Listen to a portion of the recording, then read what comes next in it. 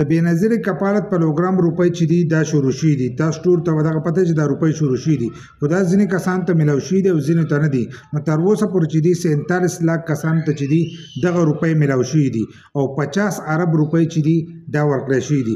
تاسو راته ووایئ چې دا روپۍ تاسو ته میلاو شوي دي که نه دي میلاو شوي.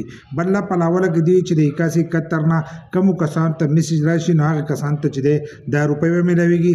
د 10 جون نه وروسته چې دی دا په ټولو اکاونټونو کې چې دي دا روپۍ شروع شوي دي. خو په خیبر پښتونخوا کې چې دی په ټولو ضلعو کې چې دي دا روپۍ ورکړی کېږي.